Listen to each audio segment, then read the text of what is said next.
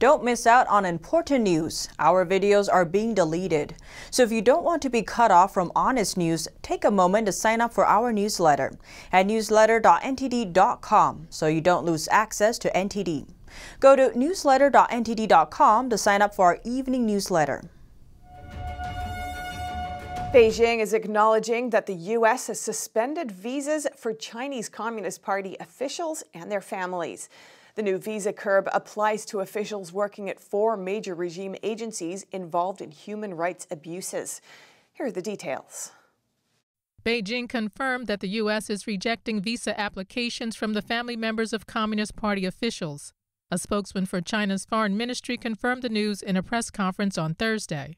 U.S. Secretary of State Antony Blinken has ordered the suspension of visas for active members of 4 Communist Party agencies: the China's Immigration Bureau, the State Supervisory Commission, the Ministry of State Security, and the Ministry of Public Security.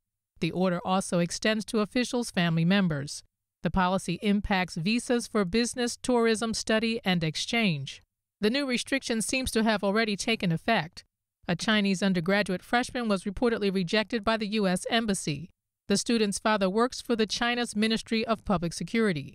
The note from U.S. visa officers also mentions the rejection of family members and spouses was issued as per U.S. State Secretary's instructions.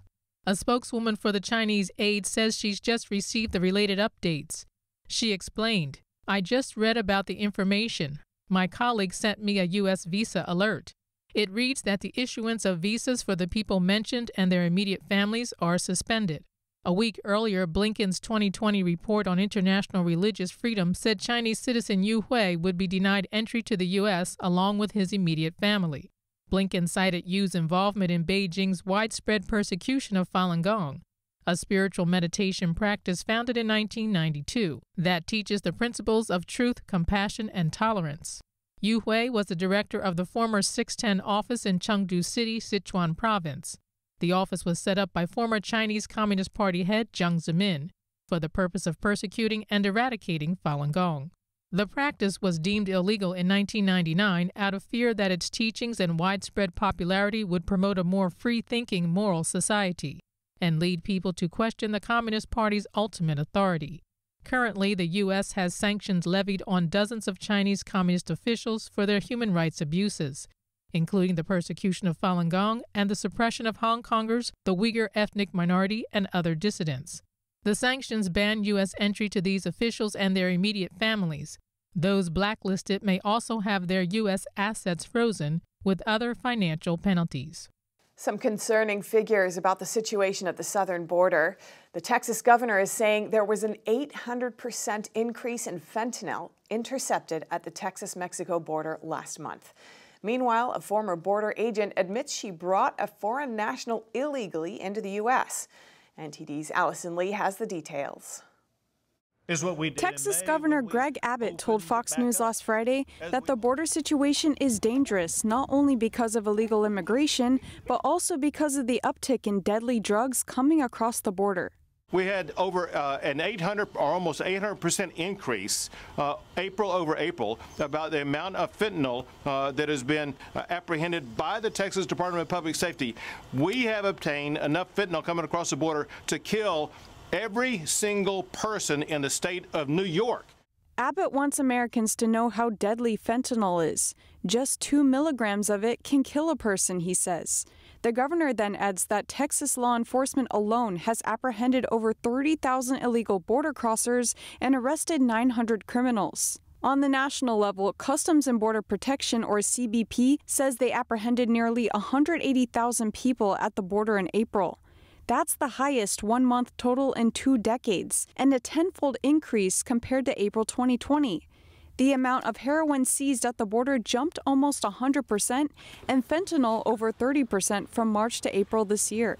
And also on Friday last week, former CBP officer Rhonda Lee Walker of Texas pled guilty to helping bring a Mexican woman illegally into the country. Walker was a CBP officer when she helped the illegal immigrant cross the border in January and lied to authorities about their relations. Walker later made the migrant work for her as a nanny. The former border agent could face up to 10 years in prison and a maximum $250,000 fine. A U.S. District Court judge will sentence her in August. Allison Lee, NTD News. And the heat is rising on Florida Congressman Matt Gaetz after his friend, a Florida politician, pleaded guilty to sex trafficking and 5 other charges. NTD's Steve Lance brings us more from Washington, D.C. Florida tax collector Joel Greenberg pleaded guilty on Monday to 6 federal charges. He's agreeing to cooperate with authorities as part of his plea deal. Some say this could impact his friend, Congressman Matt Gaetz, whose Justice Department investigation is underway over allegations of sex trafficking. Though Gaetz was not mentioned in Greenberg's court hearing or plea deal. In exchange for Greenberg's guilty pleas, prosecutors dropped 27 other counts they were preparing to charge him with. The 6 offenses he pled guilty to include sex trafficking a minor, identity theft, wire fraud, and federal conspiracy. When it comes to whether Greenberg has information that might incriminate Congressman Gaetz, after his guilty plea, Greenberg's attorney said this in front of the federal courthouse in downtown Orlando. Does my client have information that could hurt an elected official? I guess this is just, must-see television. You'll just have to wait and see. As it stands, Greenberg faces a maximum of up to 10 years in prison. However, if he cooperates as expected and plays a substantial role in building cases against others involved, he could see a much lesser sentence than the 10 years he is facing now. Federal prosecutors are investigating whether or not Gaetz was involved with Greenberg. While the outspoken congressman denies wrongdoing, he was quiet on Monday, with only one tweet coming out of his official Twitter account by afternoon. Gaetz is a rising star in the Republican Party, and if he is found to be associated with any of these sexual misconduct allegations, this would surely tarnish any future political aspirations he might have. Reporting from Washington, D.C., Steve Lance, NTD News. And a retired naval intelligence officer also speaks out. He says this widespread infiltration of identity politics won't strengthen our troops. Lieutenant Stephen Rogers says in his 25 years of military service, he has never seen anything like this. As a military officer who's retired from the Navy, it was very troubling to see a U.S. military general relieve someone from command because he merely spoke out against Marxism, communism, if you will. When I joined the military several years ago, we were told that the Marxists and the communists were enemies. Now, not only am I very disturbed about this, but I've spoken to many veterans and many American citizens who love our country and who absolutely despise Marxism and communism. They're equally as shocked. In recent months, we've seen more and more identity politics and critical race theory in the U.S. military and intelligence communities. It usually appears in the form of inclusion, diversity, and equity, and it's sparked outrage and concern among many Americans. Critical race theory draws heavily upon Marxist theories. It denounces Western culture as a form of oppression, and it applies the Marxist tactic of class struggle to divide people by race, gender, sexual orientation, and ethnicity to label them oppressors and the oppressed.